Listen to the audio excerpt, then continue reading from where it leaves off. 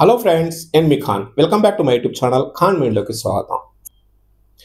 ఈ పార్ట్ 3 ఆడియోలో మేడం గారు ఫస్ట్లో సెకండ్లో చెప్పినట్టు బ్రాంచ్కి రండి, మీరు చాలా తెలివిగా మాట్లాడుతున్నారు, అన్ని విధాలుగా మీకు తెలుసు అంటే ఇక్కడ ప్రజల అమౌంట్ తీసుకొని మీరు డబ్బులు కట్టడం లేదని చెప్పేసి కూడా సేవింగ్ అకౌంట్స్ దాని గురించి కూడా మేడం గారు చెప్పక ముందని నేనే బిఫోర్గా ఇన్ఫామ్ చేసేసాను. సో మేడంకి ఒక క్లారిటీ వచ్చేసింది, ఈ వ్యక్తితో నేను మాట్లాడలేను, ఇతన్ని ఎలాగైనా బ్రాంచ్ పిలిపించాలని. బ్రాంచ్లో వాళ్ళ స్టాఫ్స్ ఎక్కువ మంది ఉంటారు కాబట్టి అక్కడ ఒక ప్రెజర్ రావడానికి అవకాశం ఉంటుందని చెప్పేసి పదే పదే బ్రాంచ్కి రాండి అనే ఒక పదం యూజ్ చేస్తున్నారు. ఫైనల్లీ నేను చెప్పడం జరిగింది ఏంటంటే బ్రాంచ్కి రాకుండానే మీకు సెటిల్మెంట్ చేసి చూపిస్తాను, నా ఫైల్ మీ దగ్గరనే పెట్టుకోండి, ఈ మంత్లో నేను క్లియర్ చేస్తానని చెప్పాను. ఆడియో విందామా ఫ్రెండ్స్? వస్తేనే కదా సార్ తెలిసేది మీకు. ఏం తెలుస్తుంది మేడం? మళ్ళీ స్టార్టింగ్ నుంచి వద్దు సార్, స్టార్టింగ్ నుంచి వద్దు, ఒకటే సార్ జెన్యూన్ అలానే కాదు మేడం, ప్లీజ్. మీకు మోర్ దెన్ పార్ట్స్ అని చెప్పారు సార్. ఆ పార్ట్స్ కడుతున్నారా కడతలేరా నాకు సంబంధం లేదు, నా దగ్గర ఉన్న కార్డ్స్ మేడం ప్లీజ్. అది బ్రాంచ్ కానీ కూడా ఎందుకు యూజ్ చేస్తున్నారు ఒక్క మాట చెప్తారా? బ్రాంచా? బ్రాంచ్ అనేది ఎందుకు యూజ్ చేస్తాం అంటే సార్, మీకు అక్కడ స్టేట్మెంట్ తీస్తాము, మీ ముందట అది మొత్తం మీరు ఎప్పుడు కట్టారు, డీలే అయితే ఎంత అమౌంట్ యాడ్ అయింది, మీకు మీరు కట్టింది ఏంటికి వెళ్ళిపోయింది, మీరు అన్నారు కదా నేను కట్టిన 10 నెలలు మొత్తం నేను ఎప్పుడో కట్టేసిన, మళ్ళీ నా ప్రిన్సిపల్ అట్లనే ఉంటుంది అన్నారు కదా, అవన్నీ డీటెయిల్గా చూసి ఎంత పెద్ద లిస్ట్ అన్నారా అండి, ఒక 100 పేజీలు రాని 1000 పేజీలు రాని అవన్నీ తీసి మీ ముందట కూర్చోబెట్టి చూపిస్తారు. అప్పుడు మీకు ఏమనిపిస్తుందో అప్పుడు కూడా మీరు ఇంతే కడతా ఇది అంటే అప్పుడు మీకు మీ ఇష్టం, అది అందుకు బ్రాంచ్కి రమ్మంటారు. ఇప్పుడు మీరు అనుకోవచ్చు నేను ఇంత కట్టినా 10 నెలలు కట్టినా ఊడిపోయింది, అయినా మీరు అట్లనే ఉంచారు, అది ఇంట్రెస్ట్ కిందకి వెళ్ళిపోయినా అది పోయినా ఇది పోయినా అని మాట్లాడతారు. అడికి వస్తే మీకు తెలుస్తుంది, ఓకే అందుకే రమ్మంటాం మేము. అర్థమైంది, ఇప్పుడు అందుకోసం అడిగాను మేడం. ఎందుకంటే ఇప్పుడు మీకు తెలియదు, నేను చెప్తాను ఇంత ఉంది సార్ ఇంత ఉంది అంటారు, నేను ఇంత కట్టిన ఇప్పుడే అన్నారు కదా 10 నెలలదంతా పోయింది నాది, నేను కట్టినాను, దాని పార్ట్ పేమెంట్ కిందకి అయిపోతుంది, ఇంట్రెస్ట్ కింద జిఎస్టీ కిందకి అటు ఇటు అని అన్నారు కదా, అవన్నీ అక్కడ తీస్తారు, మీరు అక్కడ కూడా ఈ మాట్లాడండి. రోజైతే నాకు చాలా హ్యాపీ సార్, మీ 2 కార్డ్స్ ఉన్నాయి. ఎందుకు? చాలా హ్యాపీ సార్. ఎందుకు మేడం?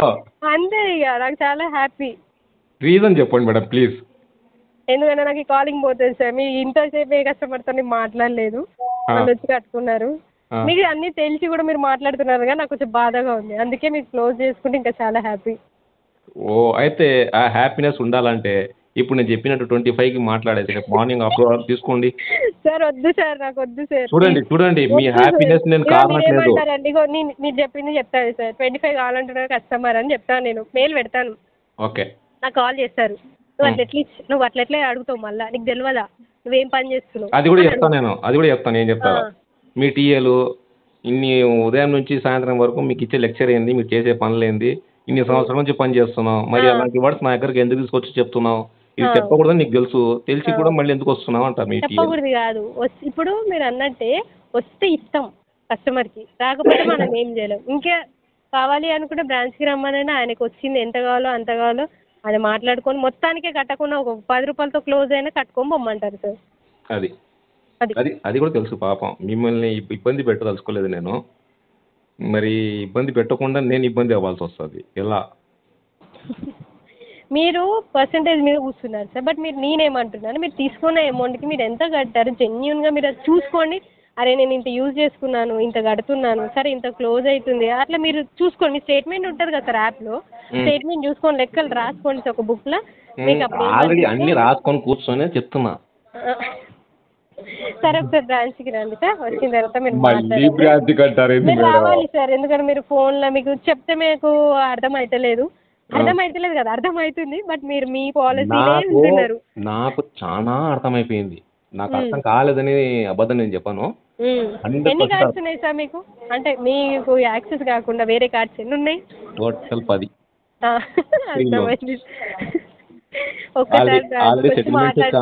సెటిల్మెంట్స్ దాదాపు జరిగిపోయినాయి, మీ మాత్రం పెండింగ్. ఇంకోటి కూడా ఏంటిదంటే కస్టమర్లు ఇప్పుడు మీరు ఏమంటారంటే ఆ బ్యాంక్ ఇచ్చింది మీరు ఎందుకు ఇయ్యరు అంటారు. ఒక్కొక్క నేను అడగాను అది కూడా చెప్తాను. మీ యాక్సిస్ బ్యాంక్ ఎంత పర్సెంటేజ్ వచ్చి నిలబడుతుంది, HDFC, ICICI, present HDFC bank ఇప్పుడు స్టిల్ డేట్ 10% నడుస్తుంది, అది క్రెడిట్ కార్డు, పర్సనల్ లోన్ కాదు, అది కూడా చెప్తాను. అదే సార్ మీరు ఇట్లా బుక్ ఏమన్నా రాసుకున్నారేమో దీనికి ఇంతే కట్టాలి దీనికి లేదు ఇంతే లేదు, కట్టాలి. నా దగ్గర టిల్ అప్డేట్ ఎవ్రీడే అప్డేట్ ఉంటుంది. సరే సార్ మీరు ఒకసారి అయితే రండి సార్, వచ్చి మాట్లాడి మళ్ళీ రమ్మంటారు మేడం. నేను దాని తప్ప నేను ఏం మాట్లాడాను సార్. ఇప్పుడు నేను అడిగినా కూడా రాదని నాకు తెలుసు. లేదు, మీరు 25% కి ట్రై చేయండి, 100% పేమెంట్ లేదు సార్, అయిపోతుంది. నేను ట్రై కూడా చేయను, ఎందుకంటే నాకు రాదని నాకు తెలుసు. మా మేనేజర్ చెప్తారు, పైన సార్ చెప్తారు రాదని చెప్పిన తర్వాత ఇంకా నేను అడిగి తిట్లు పడడం నాకు కూడా ఇష్టం లేదు సార్. నేను ఎందుకు తిట్లు పడాలి సార్? వద్దులేండి, నా గురించి తిట్లు వద్దండి, హ్యాపీగా ఉండండి. అందుకే ఒకసారి రండి, మాట్లాడండి, క్లోజ్ చేసుకోండి. ఈ నెంబర్ మీదేనా? అవును సార్ నాది. ఒరిజినల్ నేమ్ అదేనా లేకుంటే? అదే సార్, ఒకసారి రండి మీరు. డౌట్ నాకు, అందుకోసం అడుగుతున్నా. లేదు లేదు రండి, ఫీడ్ చేసుకుంటా నెంబర్. సరే sir. Okay madam, thank you. వస్తున్నారు సార్, ఎప్పుడు వస్తారు? యాడికి? బ్రాంచ్కి sir. Branch time waste madam. మళ్ళీ టైం వేస్ట్ ఎందుకు సార్? అంటే మీరు అకౌంట్ క్లోజ్ చేసుకోను అంటున్నారు. అకౌంట్ క్లోజ్ చేసుకుంటా 25% వచ్చినప్పుడు. ఆఫర్లు రాకపోవు, అవి కన్ఫామ్గా వస్తాయి. అర్థమైంది సార్. ఎట్లనే ఒక సంవత్సరం కాదు సార్, ఒక 5-6 సంవత్సరాలు 10 సంవత్సరాల అది తెలుసు తర్వాత నాకు. అప్పుడు చూద్దాం. వింటేజ్ 3 నుంచి నేను చెప్పాను కదా వింటేజ్ సార్, మీకు 5 అన్నీ అండ్ తెలుసు. వింటేజ్ 7 వరకు వెళ్ళేసరికి అది బకెట్ ఎక్స్ నుంచి స్టార్ట్ అయ్యి వింటేజ్ 5-7 వరకు వెళ్ళిన వరకు వెయిట్ చేసేది ఉంది. ఆ టైంలో ఒక టైం అప్పటి వరకు వస్తుంది. ఇట్లనే మాట్లాడుతూనే ఉంటారా సార్? ఇబ్బందే లేదు మేడం, ఇబ్బంది లేకుండా మాట్లాడతాను. Thank you sir, thank you so much.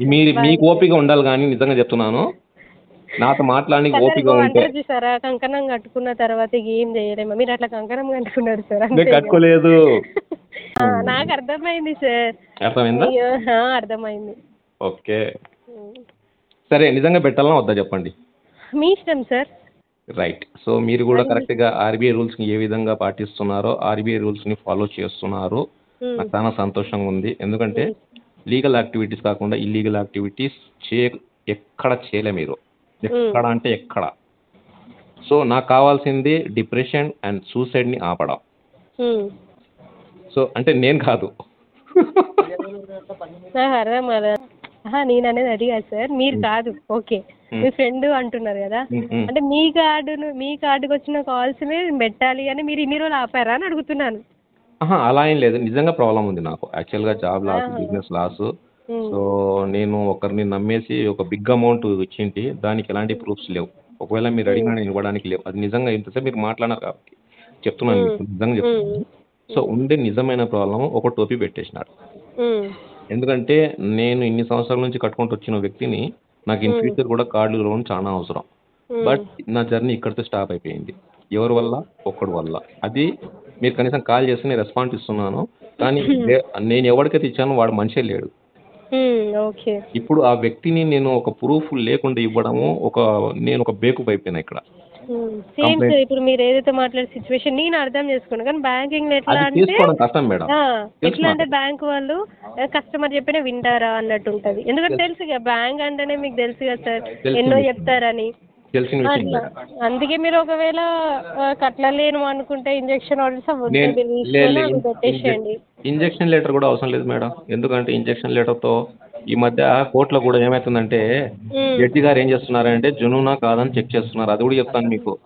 ఎలాగంటారా, నిజమైన ఏదైనా ఒక బిజినెస్ పెట్టినాడు, ఏదైనా షార్ట్ సర్క్యూట్ అయ్యి, లేకుంటే దొంగతనం జరిగి, లేకుంటే సంథింగ్ ఏదో ఒకటి అయ్యి, లేకుంటే వీళ్ళ డబ్బులు నిజంగానే తీసుకుని ఎగ్గొట్టారా, లేకుంటే ఫ్రాడ్ జరిగిందా, ఆన్లైన్ ఫ్రాడ్ జరిగినాయా, అలాంటి ఏదైనా ఉన్నాయంటే జడ్జి గారు 100% ఇంజెక్షన్ షూట్ ఆర్డర్స్ ఇస్తున్నారు. కానీ మీరు ఇవన్నీ కాల్స్ ఇన్నిసార్లు మీరు మాట్లాడారు కదా నాతోటి, మరి అదొక్కటి పెడితే మేము కూడా పై ఆఫీసర్కి పంపించుకుంటాం, అకౌంట్ అనేది క్లోజ్ చేపిస్తాం కదా సార్.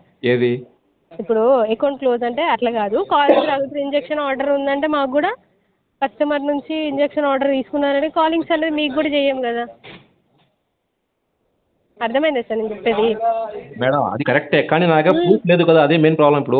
ఇప్పుడు కోర్టుకు వచ్చినా కూడా ఒకటే అడుగుతుంది సార్, రీజన్ ఏంటిదని అడుగుతుంది, దానికి మీరు ప్రూఫ్ లేదు అంటున్నారు. జాబ్ లాస్ ఉంది అన్నారు కదా, జాబ్ లాస్ పెట్టండి. జాబ్ లాస్ పెట్టి ఏమైతుంది చెప్పండి? కోర్టు ఇస్తుంది కదా సార్, మనకి టైం ఇస్తుంది కదా, మీరు ఎన్ని టైమ్స్ అడుగుతుందో ఆ టైం తీసుకొని అప్పుడు మాకు ఇంజెక్షన్ ఆర్డర్ పెట్టారనుకోండి, మేము పైన ఆఫీసర్కి మేము పంపిస్తాము, అప్పుడు మీకు కాల్ రాదు, ఏం రాదు. ప్రతిసారి ఈ వర్క్ అవ్వాల్సింది ఎప్పుడు తెలుసా? జస్ట్ స్టార్టింగ్ ఎన్పిఏ అంటే బకెట్ ఎక్స్ నుంచి బకెట్ 3 లోపలనే పని అయిపోవాలి. అప్పుడు అయితేనే అది దానికి బెనిఫిట్. లేదనుకోండి ఎలాంటి యూజ్ లేదు. ఇప్పుడు మీరు రైట్ ఆఫ్ కాబట్టి మీరు పెట్టుకోవచ్చు సార్, మీకు అన్ని తెలుసు సార్, నేను చెప్తున్నాను కదా అన్ని తెలుసు, కానీ మీరు ఎందుకు చేస్తలేరు నాకు అర్థమైతలేదు. ఇవంతా ఇంతగానో గంటలు గంటలు మాట్లాడే టైం వేస్ట్ అవుతుంది, మీది వేస్ట్ అవుతుంది కదా సార్. నాకు ఇప్పుడు వేస్ట్ అదేదో మీరు అవ్వట్లేదు. ఇంజెక్షన్ ఆర్డర్ ఇచ్చారనుకోండి, మేము నాకు మా వేస్ట్ పై ఆఫీసర్కి పంపించామనుకోండి, ఇక మీ కాల్స్ మేము చెయ్యం కదా, మీకు కాల్స్ చెయ్యము, మా దగ్గర నుంచి అకౌంట్ తీసేస్తారు. మీరు అది చేస్తలేరు, పేమెంట్ కడతలేరు, ఇంత పర్సంటేజ్ అడుగుతున్నారు, ఇంకేం మాట్లాడాలి సార్ ఇక. నిజంగానా? ఈ నెంబర్ అయితే కన్ఫర్మ్ మీదేనా? మాదే సార్, నాదే. నేను ఇప్పుడు కాకుండా కానీ నేను నిజంగా ఒక మాట చెప్తాను మీకు. ఉమ్. ఆఫ్టర్ అంటే ఈ సెటిల్మెంట్ అయిన తర్వాత మీతో నేను డిస్కస్ చేస్తాను. సెటిల్మెంట్ అంటే నాకు తెలిసి 5 years అవుతుందేమో సార్. ఏది మేడం? 5 years అవుతుందేమో సార్. లేదు లేదు లేదు, అంత టైం లాగాను. ఆ, చాలా తొందరగా క్లియర్ చేసేస్తాను. అంటే మంత్స్ అనుకోవాలా, ఇయర్స్ అనుకోవాలా, అది ఒకటి చెప్పండి. మంత్స్లోనే క్లియర్ చేస్తాను. మేబీ మీరు ఈ 2 daysలో Next చేసి month. 25 కాలేదంటే రాదు సార్. రాదు కదా, రాదు మీరు కదా. గంట నేను ఒకసారి మాట్లాడిరు, లేదు వచ్చేది లేదు, ఉంటే నేను ఇస్తాను. ఒక్క నిమిషం మేడం. ఒకసారి కాలేదంటే నేను ఒకసారి అమౌంట్ అరేంజ్మెంట్ కోసం మా ఫ్రెండ్స్ రిలేషన్స్తో ఒకసారి డిస్కస్ చేసి టాలీ చేసి నేను ఇంత అమౌంట్ ఈఎంఐస్లలో తీసుకోండి, అదన్నా నేను help చేస్తాను. ఓటీఎస్ వన్ టైం పేమెంట్ చేస్తారా? ఓన్లీ సరే పీపీటీ బీపీటీ నేను సరే సార్, చెయ్యను.